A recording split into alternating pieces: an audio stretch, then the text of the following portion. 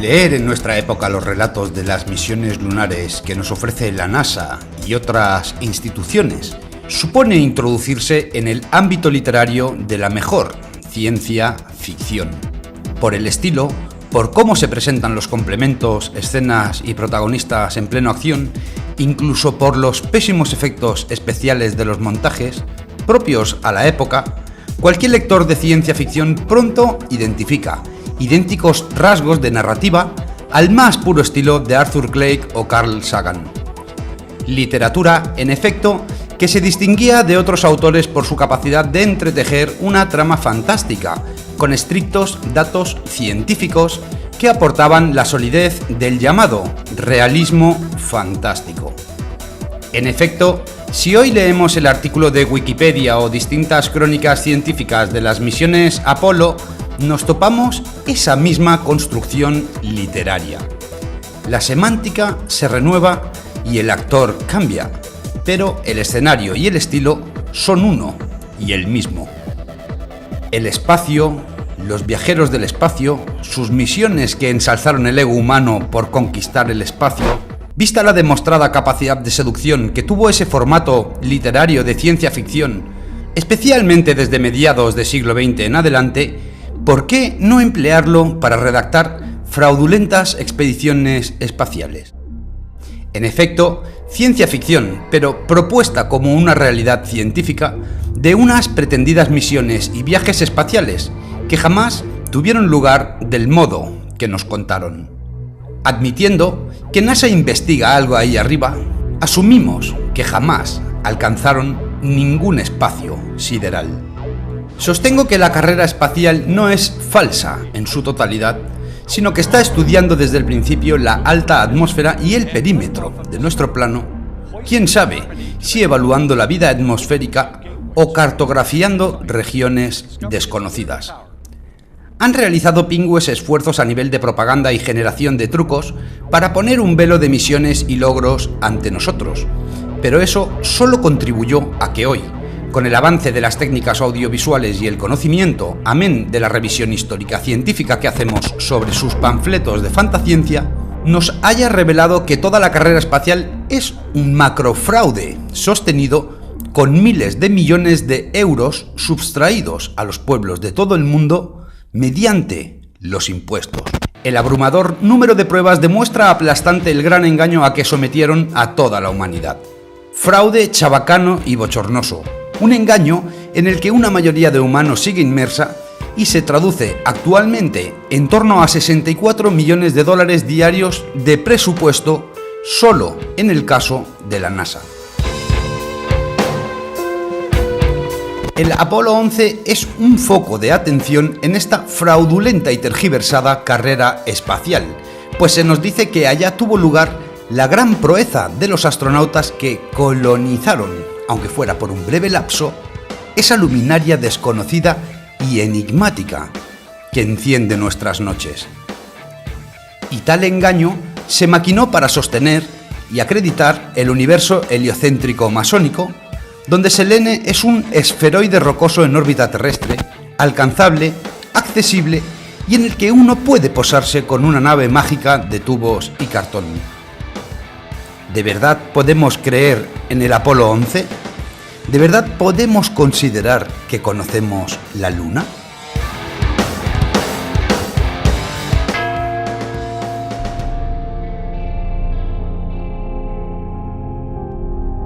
¿Qué es la Luna?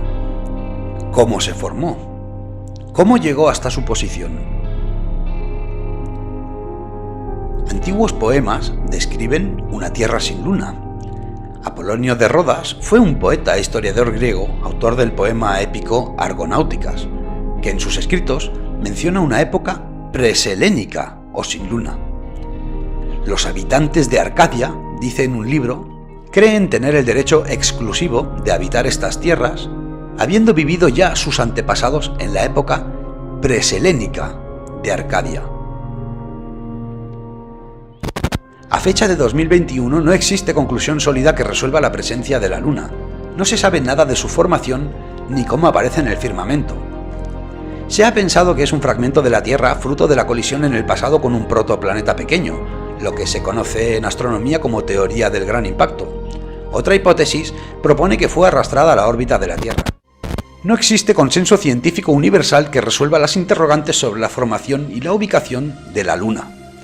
Está ahí, aunque no sepamos por qué, y nos dicen que gira sobre un eje de rotación que tiene una inclinación de 88,3 grados con respecto al plano de la eclíptica de la Tierra, por tanto, casi perpendicular. Dado que la duración de los dos movimientos es la misma, la Luna presenta a la Tierra constantemente el mismo hemisferio. La Luna tarda 27,32 días en dar una vuelta sobre sí misma, pero lo hace sincronizando su giro de un modo tan particular, mágico y preciso con respecto a la Tierra, que siempre muestra la misma cara durante miles y miles de años, toda vez que la Tierra también gira supuestamente a 411,6 metros por segundo o 1666 kilómetros por hora en el Ecuador, sin desviarse jamás la cara de la Luna de la Tierra ni un solo grado. Esto es algo verdaderamente extraordinario.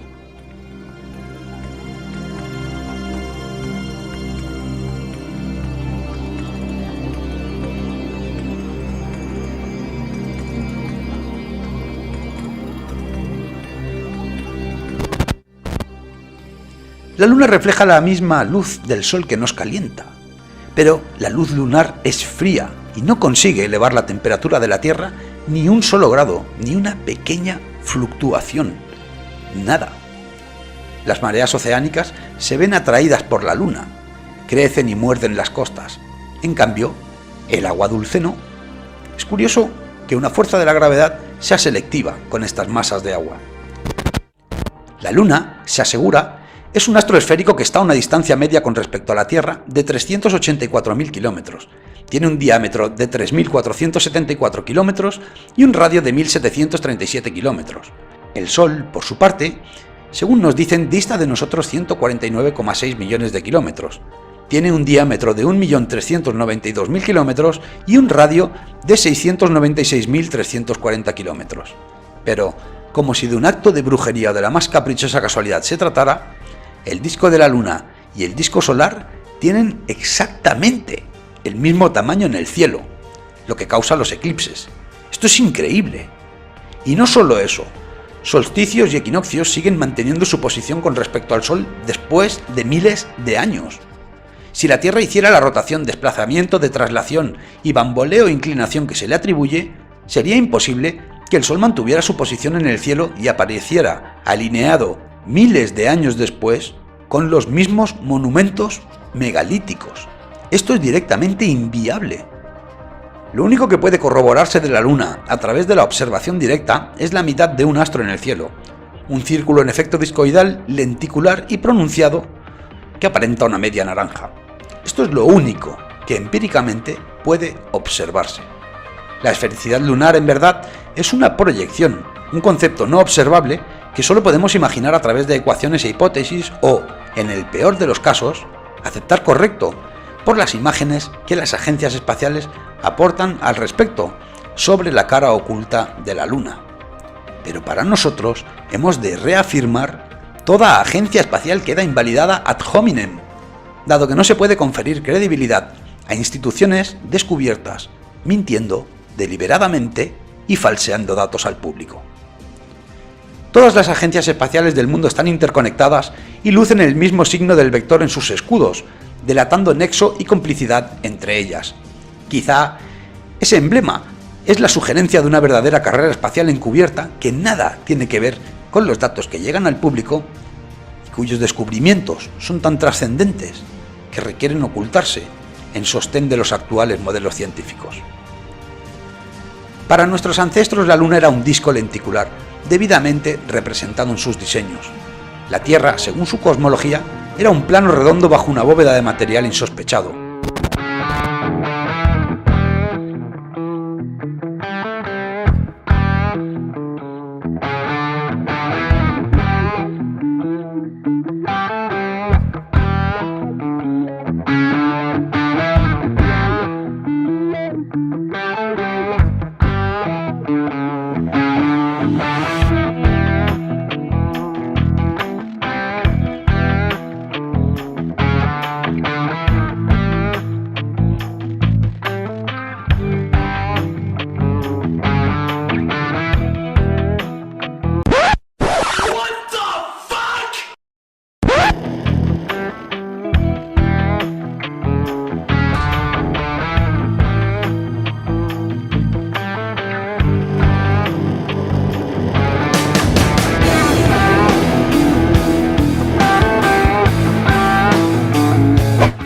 Los astronautas del Apolo filmaron con una cámara en blanco y negro que grababa en una cinta y al mismo tiempo transmitía en vivo a la Tierra. ¿Pero quién se puede creer semejante idiotez? ¿Cómo pretender que con la tecnología de 1969 y usando una cámara que plasmaba fotogramas en una cinta, estos tipos pudieran retransmitir vía streaming a la Tierra? Y no es menor el bochornoso sketch que nos mostraron cuando Nixon, el presidente de Estados Unidos, dijo hablar con los astronautas por teléfono y en tiempo real, sin delay. ¿Ustedes han mirado el teléfono? ¿Cómo pretender que semejante momia telefónica, cuyo marcaje era girando una ruedecilla y su funcionamiento estaba supeditado a líneas telefónicas terrestres, se pudiera comunicar vía ondas o radio con la Luna? ¡Pero qué estupidez! Para no reincidir en la cantidad de evidencias directas e indirectas de que todo el viaje y la caminata lunar fue un gran fraude, algo que ha sido debidamente abordado por otros exponentes, nos vamos a centrar en la reentrada de esa pretendida misión Apolo 11.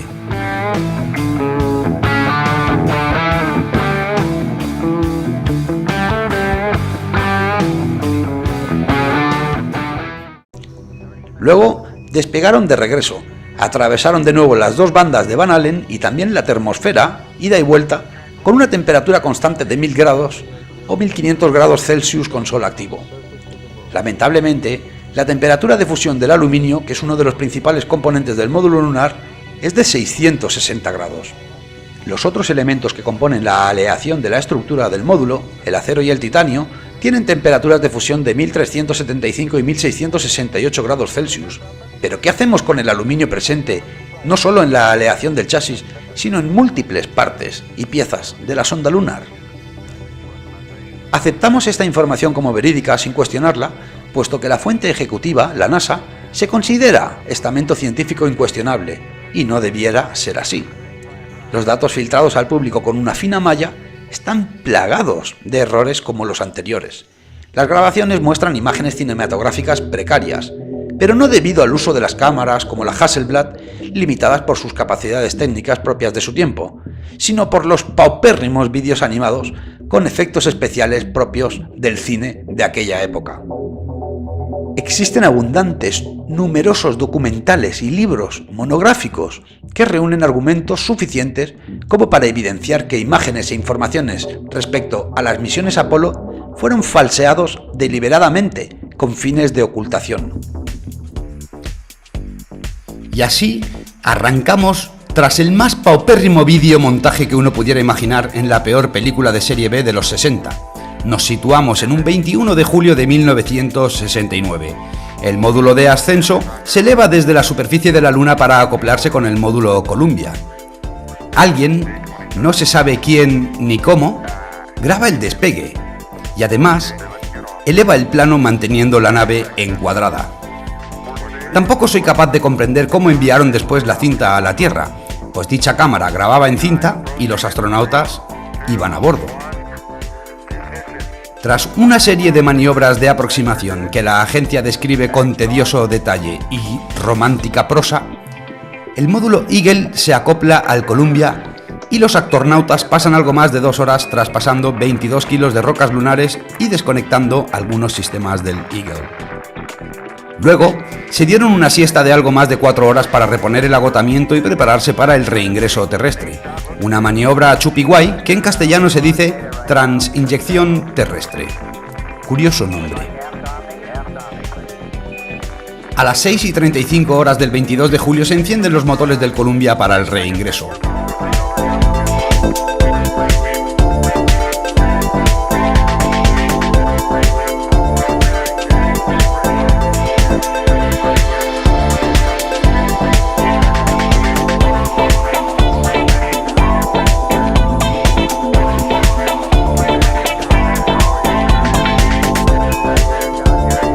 Un encendido hipergólico, una suerte de combinación de gases, durante 2 minutos y medio, y el Columbia entra en trayectoria de caída durante 60 horas. En Capcom Houston, todos los técnicos que no hicieron y hacen más que recibir datos orbitales de posicionamiento y velocidad para realizar 1000 cálculos con ellos, se ponen nerviosos. Obviamente, estas personas solo perciben imágenes de vídeo y datos de NASA, confiados que están determinando el mejor rumbo orbital para optimizar la reentrada, sincronizándola con el pretendido giro del geoide esférico y sin poder constatar jamás, ignorantes, que están participando de una psicótica enjundia. Pero los técnicos, en este caso meteorólogos, detectan en el último momento que el lugar provisto para aterrizar, donde podrían acudir curiosos de última hora, de pronto no es apropiado porque un temporal climático amenaza el éxito de la última parte de la ya exitosa misión. Por lo que deciden trasladar la zona de aterrizaje a la Concha de su Madre, en medio del Pacífico, 1500 kilómetros al sudeste de Hawái, por supuesto sin testigos ni observadores, más que ejército y personal NASA. Mientras tanto, en el espacio Disney-NASA, el módulo de mando se separa del módulo de servicio y comienza su reentrada. Y cuando tratamos de entender cómo un vehículo que se precipita a 40.000 km por hora logra frenar en esa distancia, aun considerando que tome eventualmente trayectorias semi-horizontales, nos topamos con la mayor de las locuras. Aquí, llegados a este punto, no me cabe duda que tanto Arthur Clarke como Carl Sagan se cabrearon mucho y con razón. Aquí termina y muere la buena ciencia ficción o realidad fantástica de la que hacían gala los autores mentados y entramos de lleno en la fantaciencia o ciencia fantasiosa, pues los doctos ingenieros aseveran desde entonces y sostienen hasta hoy que no hicieron falta motores para frenar el Apolo 11 porque las ondas de choque supersónicas provocan una reducción de velocidad desde 40.000 km/h en caída libre a unos 1.000 km por hora, momento en que pueden abrir el paracaídas. Al escuchar mentar semejantes proezas de velocidad y frenado, cabe evaluar cuán posibles son esas cifras en el mundo real, lejos de la fantaciencia, de la NASA y hasta de la obra novelesca de Sagan y Clarke. El récord mundial de velocidad en aviación es de Mach 6,7, que equivale a unos 7.200 km por hora, y corresponde al modelo North American X-15. El segundo avión más rápido, el Lockheed SR-71 Blackbird, supera Mach 3, que son unos nada despreciables 3.500 km por hora. Cuando el Lockheed aterrizaba, su casco se podía encontrar a 300 grados Celsius de temperatura por el rozamiento con la atmósfera. Pero estos números y datos fríos palidecen cuando revisamos los ofrecidos por la agencia NASA respecto a la reentrada de la misión Apolo 11, que aseguran alcanzó 40.000 km por hora de velocidad y hasta 2.700 grados Celsius de temperatura. La cápsula, nos dice NASA, se pone de culo en la maniobra de reentrada. Es decir, en el colmo de la demencia, adopta una posición contraria a la aerodinámica. Apunta el cono al firmamento y la parte baja, donde se ubica el escudo térmico, enfrentada al mayor rozamiento atmosférico y ejerciendo la mayor resistencia aerodinámica al aire. El coeficiente aerodinámico, o CX, también se conoce como coeficiente de resistencia aerodinámica y es un número adimensional que determina cuál es la resistencia al viento de un objeto. Cuanto menor sea el CX o coeficiente aerodinámico, menor resistencia al aire, menor consumo de combustible y mayores prestaciones para un vehículo. Lo cierto es que si volteamos un cuerpo aerodinámico de forma cónica exponiendo la parte de más volumen a un mayor coeficiente aerodinámico, es imposible sostener una trayectoria, ni un rumbo, ni equilibrio o control alguno sobre el artefacto, en tanto en cuanto el objeto perderá su estabilidad y posición entrando naturalmente en pérdida. Usted trate de imaginar un cohete despegando al revés, es decir, de culo, y luego volando a 10.000 km/h con el culo hacia adelante y el cono hacia atrás. Para los gases, hemos de recordar, el rozamiento y la aerodinámica no hay arriba y abajo. Los ingenieros de Fórmula 1 trabajan durante meses en túneles de viento artificiales para diseñar la mejor aerodinámica que reduzca al mínimo el rozamiento del coche con el aire, bajando el coeficiente aerodinámico a mínimos y optimizando el rendimiento del vehículo en mayor velocidad, mejor frenado u optimización del combustible, según las prestaciones buscadas. Un pequeño alerón de 60 centímetros en la parte trasera de un vehículo de rallies puede imprimir nada menos que 200 kilos de carga aerodinámica en su eje zaguero para que tenga mayor sustentación a esa velocidad. La aerodinámica no es un tema menor, sino principal, cuando de aeronáutica se trata, y podemos ver claramente las siluetas estilizadas de todos los modelos de aviación, buscando reducir naturalmente el CX al mínimo posible y cortar de forma eficiente el mar de gases que atraviesa en la atmósfera. Por eso, la forma de un avión, si nos fijamos, es prácticamente la de un cohete alado. ¿Cómo pretender que un objeto tan pequeño y con su diseño aerodinámico invertido pueda mantenerse en rozamiento constante con el mayor coeficiente aerodinámico sin rodar como una piedra, perdiendo cualquier rumbo y dirección? Usted prueba a sujetar una tabla de madera de 20 centímetros y empujar una masa de agua con ella. Luego, si puede, aumente el tamaño de la madera a una que haga 60 u 80 centímetros y repita el empuje, y verá que la resistencia de la madera en fricción con el agua es mucho mayor. Y así comprenderá, en un ejemplo sencillo y práctico, a qué me refiero. Pero si esto es llamativo, ¿qué pensar de la temperatura alcanzada por la cápsula?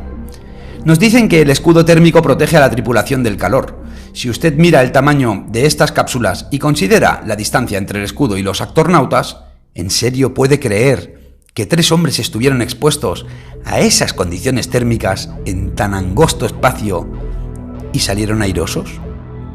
Si sube a un vehículo estacionado a pleno sol en un mediodía de verano, se estará exponiendo a unos 50 grados de temperatura. Al momento de entrar se asfixia, se quema si toca algo. El sudor aparece instantáneo. Necesita abrir inmediatamente las ventanillas o encender el aire acondicionado. Incluso la mayoría de veces abandonar el vehículo unos minutos hasta que se ventile y disipe el potente calor. Y estamos hablando de unos 50 grados. Además, considere que el volumen de aire del interior de su coche es mucho mayor que el que había en la cápsula de reentrada, que además no pudo renovar su aire durante toda la misión, pero nuestros actornautas heroicos permanecieron, según afirman los ingenieros NASA, en un espacio muy reducido durante decenas de horas, soportando una temperatura inmediata al casco de la cápsula que alcanzaría en un punto álgido los 2700 grados Celsius y mantendría una temperatura elevada durante mucho tiempo hasta que finalmente la cápsula se liberara del escudo. En serio, quien considere esto siquiera posible debería o bien reflexionar o consultar a un psicólogo. Uno podría pensar que los trajes espaciales, diseñados presuntamente para resguardar a los astronautas de la temida radiación espacial, los protegió durante el reingreso, aislándolos térmicamente de una temperatura en el interior de la cápsula directamente incompatible con la vida. Pero no, resulta que los actornautas bajaron más bien fresquitos, dado que no usaron los trajes espaciales para el reingreso.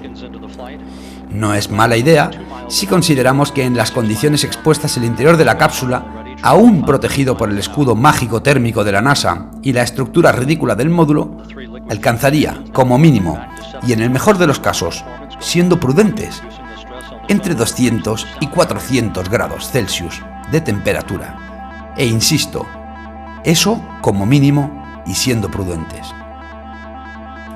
¿Cómo lograron semejante proeza de resistencia metahumana?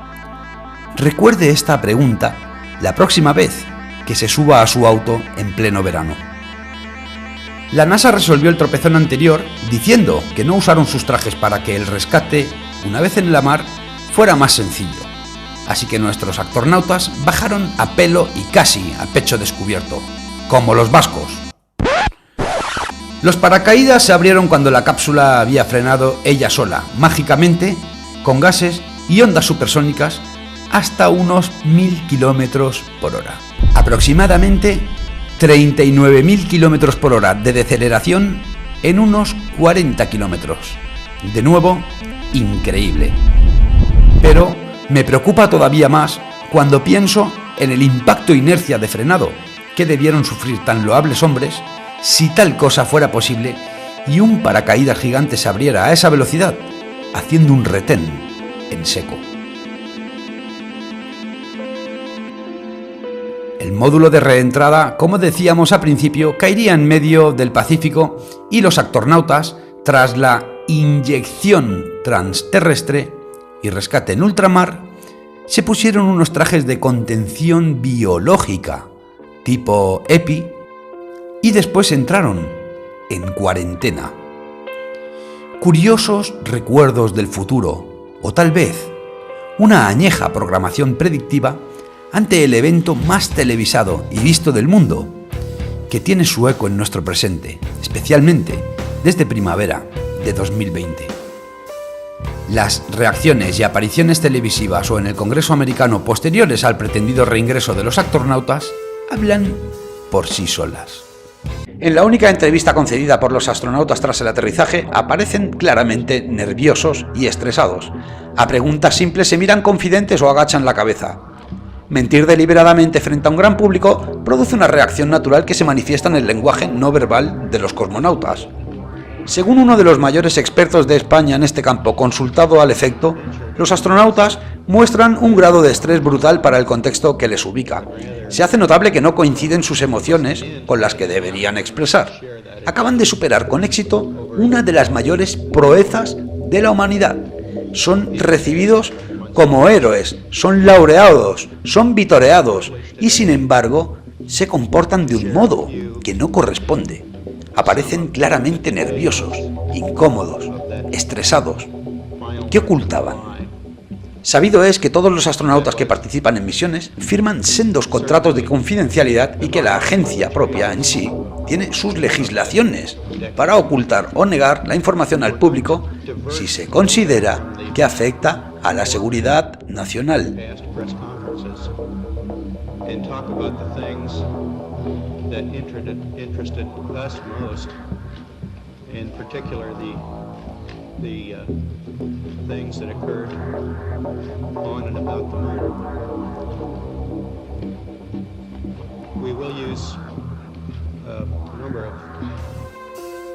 El pensamiento escéptico científico murió cuando la ciencia cambió el patio de las ilusiones por el universo claro, conciso y revelador de la comprobación empírica.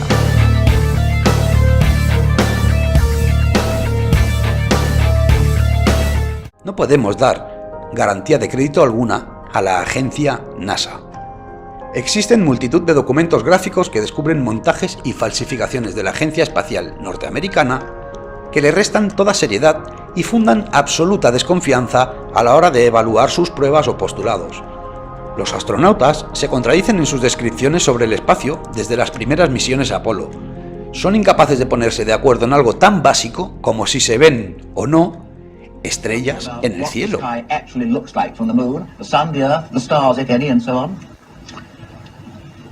The sky is a deep black when viewed from the moon, as it is when viewed from cislunar space, the space between the Earth and the moon. Deep black. The sky is almost white with the light of the universe, with the uncountable number of stars. Deep black. You can't see the constellations because the sky is just so alive with stars. The most unexpected thing, I think, was the blackness of space. White. Deep black. White. Black. White. The blackness. White. There with the world right there, and then when you look the other way, it's the whole universe, and the blackness is a palpable blackness. It's not just dark. It's forever. Usan tirantes para flotar, simulando gravedad cero durante las emisiones de vídeo supuestamente desde la ISS. Y decimos supuestamente porque durante las emisiones de la Estación Espacial Internacional se han descubierto cuadros de imagen que indican la existencia de un croma para los fondos. Sin embargo, la llamada ISS o algo con su aspecto puede contemplarse a simple vista con un telescopio. La verdad es que no sabemos nada de la auténtica carrera espacial. Las agencias espaciales son una vergüenza y un insulto al intelecto del espectador ávido. Eso sí es una certeza, quizá la única que tenemos con respecto a nuestras agencias astronáuticas. Un empirismo que feneció en favor de un pensamiento positivista basado en la confianza al principio de autoridad, y con esto murió también la capacidad del ser humano de distinguir la ciencia de la fantasciencia. He aquí otro testimonio de todo ello.